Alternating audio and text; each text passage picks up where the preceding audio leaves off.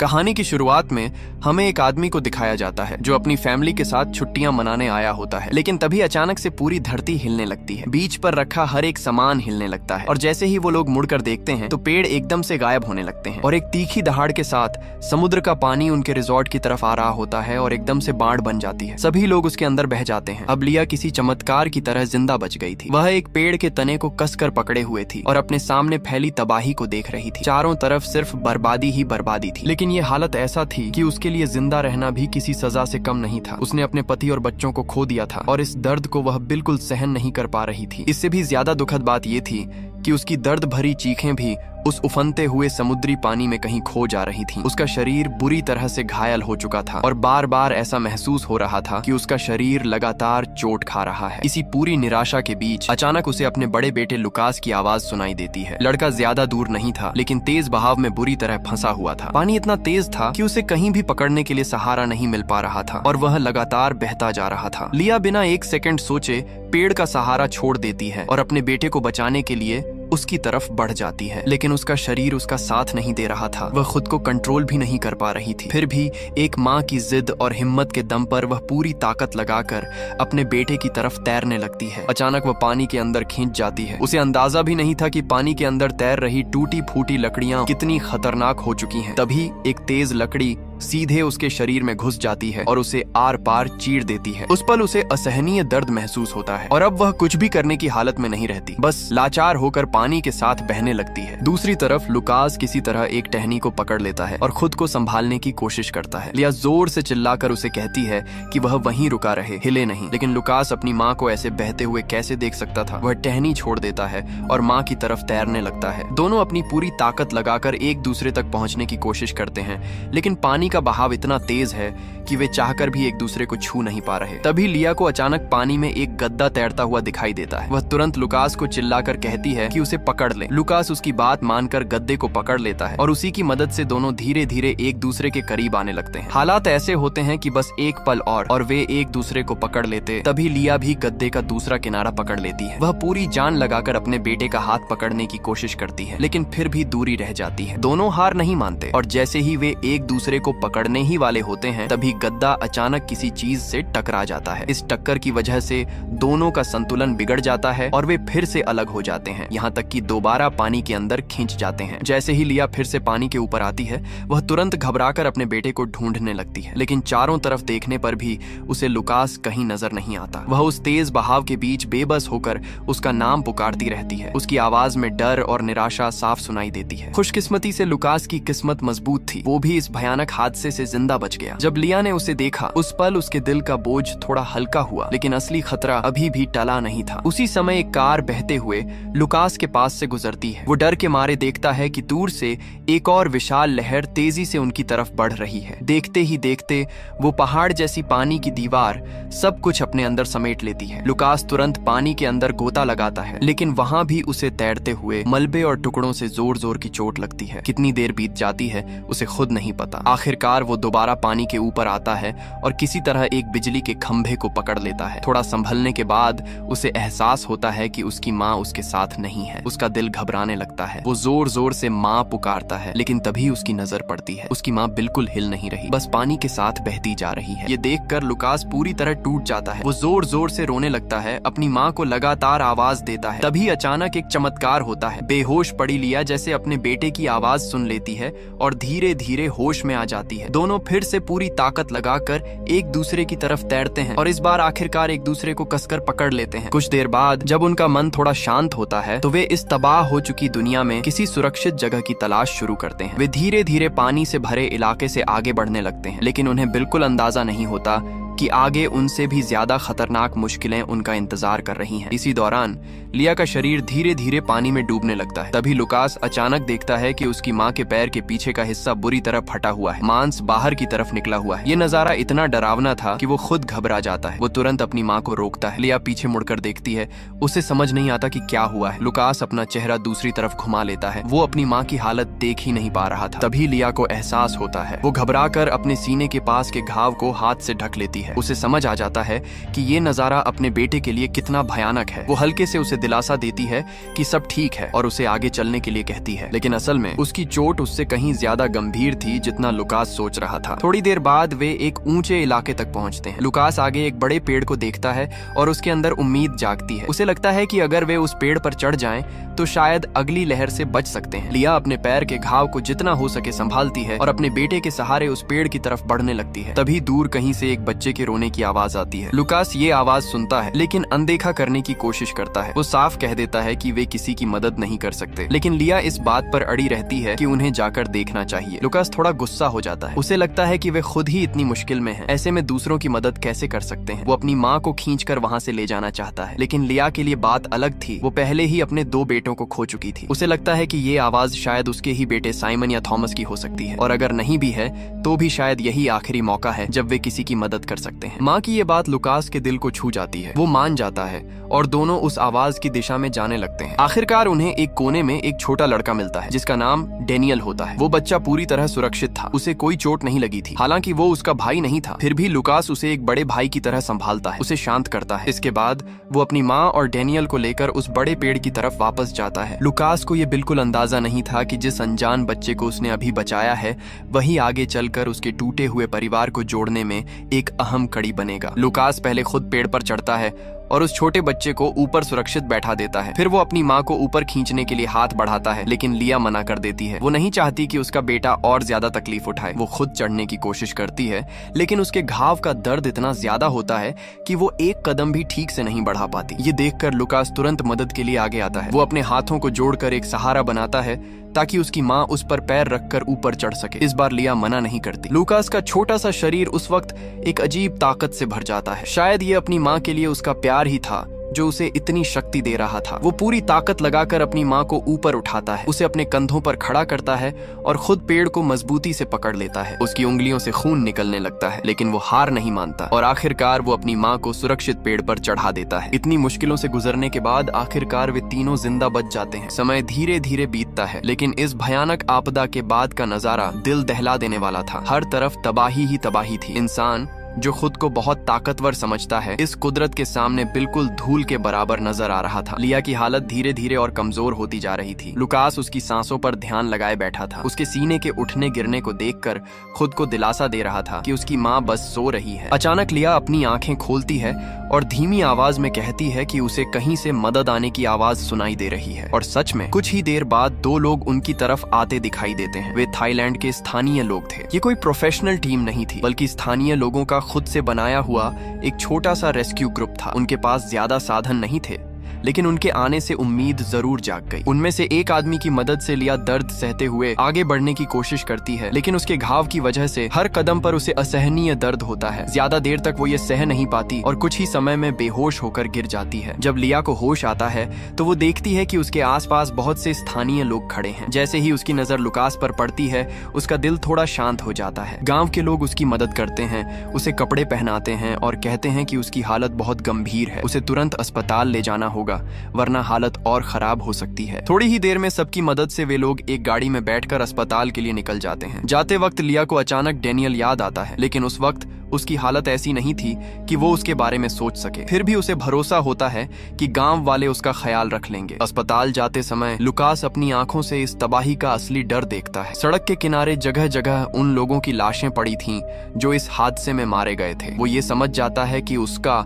और उसकी माँ का जिंदा बच जाना किसी चमत्कार से कम नहीं है। अस्पताल पहुंचने के बाद लुकास अपनी माँ के पास से एक पल के लिए भी दूर नहीं जाता। उसे डर था कि कहीं वो फिर से उसे खो ना दे। अस्पताल में इतनी भीड़ थी कि हर जगह लोग ही लोग थे। वही आदमी जिसने उनकी मदद की थी बहुत मुश्किल से लिया के लिए एक बेड ढूंढ पाता है। वो लुकास से कहता है कि अपनी माँ का ध्यान रखना और फिर वहां से चला जाता है। ये अजनबी लोग लुकास के लिए अंधेरे में एक रोशनी की तरह थे, जिन्होंने बिना जाने उसकी मदद की। लुकास अपनी माँ के पास बैठता है और सोचता है कि अब सब ठीक हो जाएगा, लेकिन तभी अचानक लिया का शरीर बेकाबू होकर कांपने लगता है। उसकी हालत बिगड़ने लगती है। उसे तुरंत एंटीबायोटिक दवाइयों की जरूरत होती है। वो लुकास से कहती है कि जल्दी से दवाइयों की अलमारी से दवा ला कर दे, लेकिन समस्या ये थी कि सभी दवाइयों के नाम थाई भाषा में लिखे थे, जो लुकास लुकास समझ ही नहीं पा रहा था। तभी सही समय पर डॉक्टर वहां पहुंच जाते हैं। लिया जल्दी जल्दी उन्हें समझाती है कि उसे एंटीबायोटिक चाहिए। वो अपनी हालत बताते हुए उनसे गुहार लगाती है कि उसकी जान बचा लें। डॉक्टर तुरंत दवा लेकर आते हैं और 2 डॉक्टर मिलकर उसका इलाज शुरू करते हैं। वे उसके घाव को साफ करते हैं, टांके लगाते हैं। लिया दर्द से तड़प रही होती है, लेकिन फिर भी खुद को संभालने की कोशिश करती है। ये सब कुछ लुकास अपनी आंखों से देख रहा था। अपनी माँ के खुले घाव को देखकर उसका दिल टूट रहा था। वो ये सब देख नहीं पाता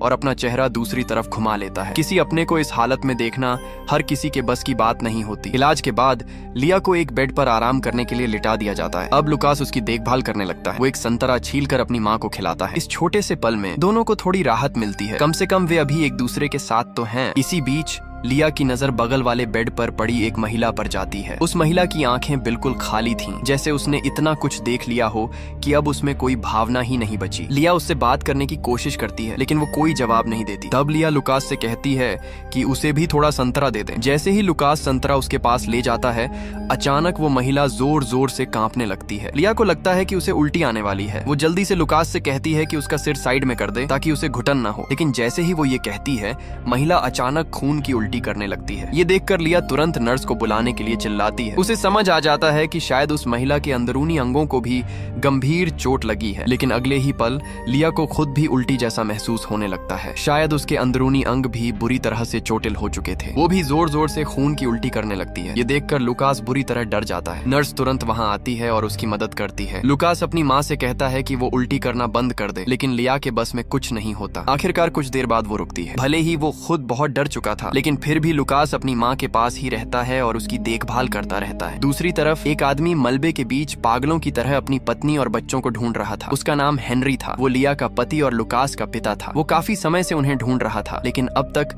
उसे अपनी पत्नी और बड़े बेटे का कोई पता नहीं चला था। असल में वो आदमी पूरे समय होटल के आसपास ही खोज करता रहा था, लेकिन उसकी किस्मत से उसके छोटे दोनों बेटे थॉमस और साइमन सुरक्षित थे। इसलिए वो एक तरफ दोनों बच्चों का ख्याल रख रहा था और दूसरी तरफ लिया और लुकास को ढूंढने की कोशिश कर रहा था। तभी उसे खबर मिलती है कि सभी बचे हुए लोगों को पहाड़ के ऊपर बने एक सुरक्षित कैंप में ले जाया जा रहा है। ये सुनकर वो एक मुश्किल फैसले के सामने खड़ा हो जाता है। क्या वो अपने छोटे बच्चों के साथ सुरक्षित जगह चला जाए या यहीं रुककर अपनी पत्नी और बड़े बेटे को ढूंढता रहे? उसका दिल मानने को तैयार नहीं था। वो सोचता है क्या पता लिया और लुकास अभी भी यहीं कहीं मलबे में हो। अगर वो चला गया और उन्हें नहीं ढूंढ पाया तो? आखिरकार वो भारी दिल से फैसला लेता है। वो अपने 7.5 साल के बेटे थॉमस को कहता है कि वो अपने छोटे भाई साइमन का ध्यान रखे। अंदर से टूटते हुए भी वो यही कर सकता था। वो दोनों बच्चों को एक ट्रक पर बैठा देता है और एक साथ जा रही महिला के हवाले कर देता है। वो उससे वादा करता है कि वो उन्हें जरूर ढूंढकर उनके पास आएगा। जैसे ही ट्रक दूर जाता है, एक पिता का दिल जैसे अंदर से कट जाता है, लेकिन उसके पास रुककर दुख मनाने का समय नहीं था। वो तुरंत मुड़ता है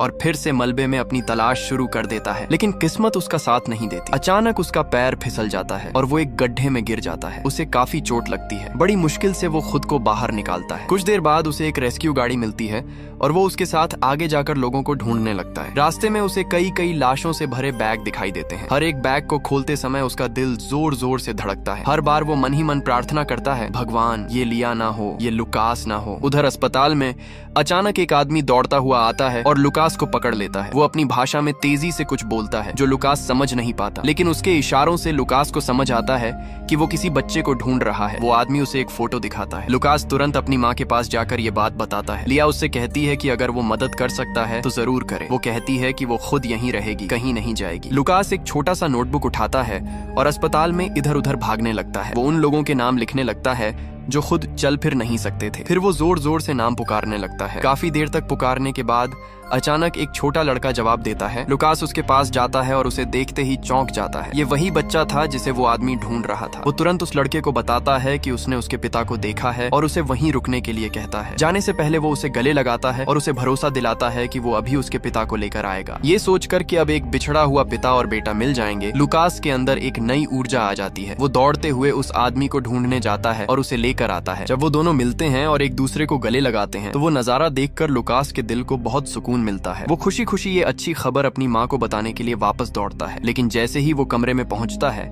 वो देखता है कि बेड खाली है। लिया वहां नहीं होती। वो एकदम सन्न रह जाता है। वो बगल में बैठी उसी सुन्न सी महिला से पूछता है, लेकिन उससे कोई जवाब नहीं मिलता। अब लुकास घबरा जाता है। वो पूरे वार्ड में जोर जोर से माँ पुकारने लगता है। उसकी आवाज बैठ जाती है, लेकिन वो रुकता नहीं। तभी कुछ लोग उस बेड को हटाने आते हैं। लुकास उन्हें रोक देता है। वो किसी को भी अपनी माँ माँ की जगह लेने नहीं देना चाहता। वो स्टाफ से बहस करने लगता है। तभी नर्स एना वहाँ आती है और उसे शांत करने की कोशिश करती है। लुकास उसे बताता है कि उसकी माँ अभी यहीं थी और अचानक गायब हो गई। एना रजिस्टर चेक करती है और उसे भरोसा दिलाती है कि वो उसकी माँ को ढूंढने में मदद करेगी। धीरे धीरे एना उसे शांत करती है। कुछ देर बाद वो उसे एक बड़े टेंट में ले जाती है। वहाँ बहुत सारे बच्चे बैठे होते हैं, कुछ छोटे कुछ बड़े, सभी के चेहरे खाली और डरे हुए थे। लुकास को समझ नहीं आता कि अब आगे क्या होगा। उसके दिमाग में बस एक ही बात चल रही थी, उसकी माँ कहाँ है। थोड़ी देर बाद एना फिर आती है। वो उससे कुछ सवाल पूछती है और फिर उसके शरीर पर एक टैग चिपका देती है। जैसे ही वो टैग लगाया जाता है, लुकास को धीरे धीरे समझ आने लगता है कि इसका क्या मतलब है, लेकिन वो इस सच को मानना नहीं चाहता। वो इधर उधर देखता है। बाकी बच्चों के शरीर पर भी वैसे ही टैग लगे हुए थे। अब उसे पूरी तरह समझ आ जाता है, शायद उसकी माँ अब कभी वापस नहीं आएगी। ये सोचकर वो एक कोने में बैठ जाता है, सिर झुका लेता है और धीरे धीरे रोने लगता है, इतना धीरे कि उसकी आवाज भी बाहर नहीं निकलती। रात हो जाती है। लुकास बिस्तर पर लेटा हुआ होता है,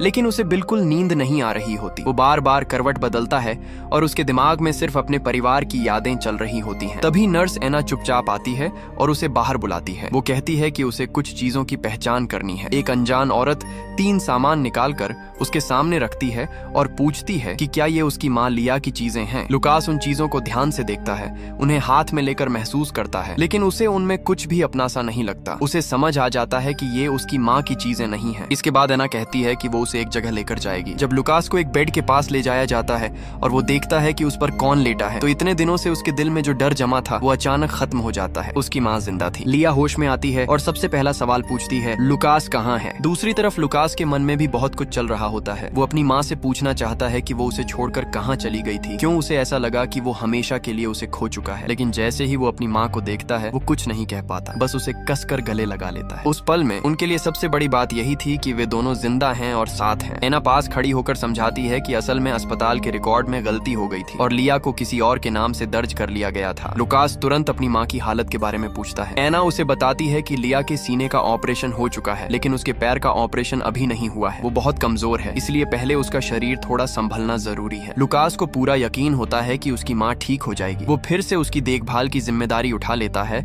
और हर समय उसके पास रहने लगता है। एक दिन जब लुकास अस्पताल के कॉरिडोर में चल रहा होता है, अचानक उसे एक जाना पहचाना चेहरा दिखाई देता है। वो डेनियल था, वही छोटा लड़का जिसे उसने और उसकी माँ ने बचाया था। लुकास उसे देखता है और उसके पीछे पीछे जाता है। वो देखता है कि डेनियल एक आदमी के साथ हंसते खेलते हुए बाहर खड़ा है। वो अपने पिता के साथ था। ये देखकर लुकास के दिल को बहुत सुकून मिलता है। वो खुश होकर ये खबर अपनी माँ को बताने के लिए वापस जाता है, लेकिन जैसे ही वो कमरे में पहुंचता है, लिया उसे अपने पैर दिखाने के लिए कहती है। लुकास का दिल घबरा जाता है। उसे समझ आ जाता है कि उसकी माँ की हालत शायद और बिगड़ गई है, लेकिन वो सीधे सच नहीं बोलता। वो बस धीरे से कहता है कि सब ठीक हो जाएगा। इसके बाद वो चुपचाप एना के पास जाता है और उसे अपनी माँ की हालत के बारे में बताता है। एना उसे भरोसा दिलाती है कि वो जल्दी ही ऑपरेशन का इंतजाम करेगी। दूसरी तरफ हेनरी अभी भी अपनी पत्नी और बेटे को ढूंढ रहा होता है। वो आखिरकार उसी अस्पताल में पहुंचता है। ये उसकी लिस्ट का आखिरी अस्पताल था, लेकिन अस्पताल के बाहर गाड़ी रोकने की इजाजत नहीं होती। ड्राइवर उसे जल्दी करने के लिए कहता है। हेनरी उससे सिर्फ 5 मिनट मांगता है और किसी तरह वो मान जाता है। हेनरी जल्दी जल्दी अंदर जाता है और हर कमरे में ढूंढने लगता है, लेकिन किस्मत फिर उसके साथ खेल खेलती है। उसी समय जब वो नीचे जा रहा होता है,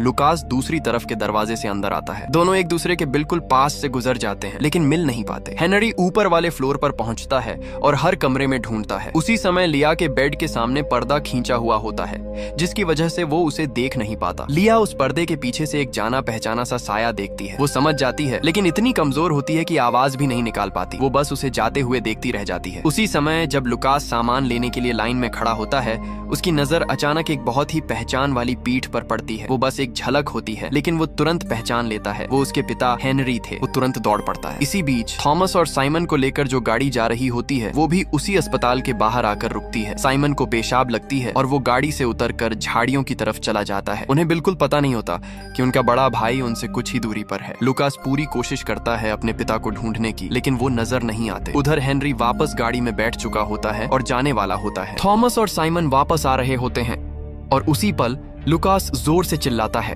आखिरकार तीनों भाई एक दूसरे को देख लेते हैं और दौड़कर एक दूसरे को कसकर गले लगा लेते हैं। लुकास इतना इमोशनल हो जाता है कि उससे कुछ बोला ही नहीं जाता। उस पल से ज्यादा कीमती उसके लिए कुछ नहीं था। तभी वो ऊपर देखता है, उसका पिता हेनरी उनकी तरफ आ रहा होता है। लुकास दौड़कर उसके पास जाता है और उसे गले लगा लेता है। इतने दिनों का डर, दर्द और अकेलापन सब उसकी आंखों से आंसुओं के रूप में बाहर निकल आता है। हेनरी भी अपने बेटे को कसकर पकड़ लेता है। उस पल की गर्माहट उनके सारे जख्मों को भरने के लिए काफी थी। कुछ देर बाद लुकास अपने पिता को बताता है कि माँ भी इसी अस्पताल में है। हेनरी ये सुनकर एकदम रुक जाता है और फिर लुकास उसे लेकर लिया के पास जाता है। जब लिया अपने पति और दोनों छोटे बेटों को अपने सामने जिंदा देखती है तो उसे यकीन ही नहीं होता कि ये सच है। लेकिन जैसे ही वो अपने पति का हाथ पकड़ती है, उसे एहसास होता है उसका परिवार वापस आ गया है। कुछ देर बाद लिया को ऑपरेशन के लिए ले जाया जाता है। परिवार बाहर खड़ा होकर बेसब्री से इंतजार करता है। आखिरकार डॉक्टर बाहर आता है और बताता है ऑपरेशन सफल रहा। इसके बाद वे सभी सिंगापुर के लिए फ्लाइट लेते हैं, जहाँ लिया का आगे का इलाज होना था। जाने से पहले लुकास अपनी माँ के पास आता है और उसे एक छोटी सी बात बताता है। वो कहता है कि उसने डेनियल को उसके पिता के साथ खुश देखा। ये सुनकर लिया की आंखों में अपने बेटे के लिए गर्व साफ दिखाई देता है। यहीं पर कहानी खत्म होती है। ये एक सच्ची घटना पर आधारित कहानी है। इस आपदा ने सब कुछ छीन लिया, लेकिन जो नहीं छीन पाई वो थी इंसान की उम्मीद और जिंदा रहने की चाह। ये कहानी हमें दिखाती है कि सबसे गहरे अंधेरे में भी एक छोटी सी रोशनी होती है, और वो रोशनी होती है ये एहसास कि मैं अभी भी जिंदा हूँ। आपको वीडियो अच्छी लगी हो तो वीडियो को लाइक एंड चैनल को सब्सक्राइब जरूर करें। मिलते हैं नेक्स्ट वीडियो में, तब तक के लिए बाय।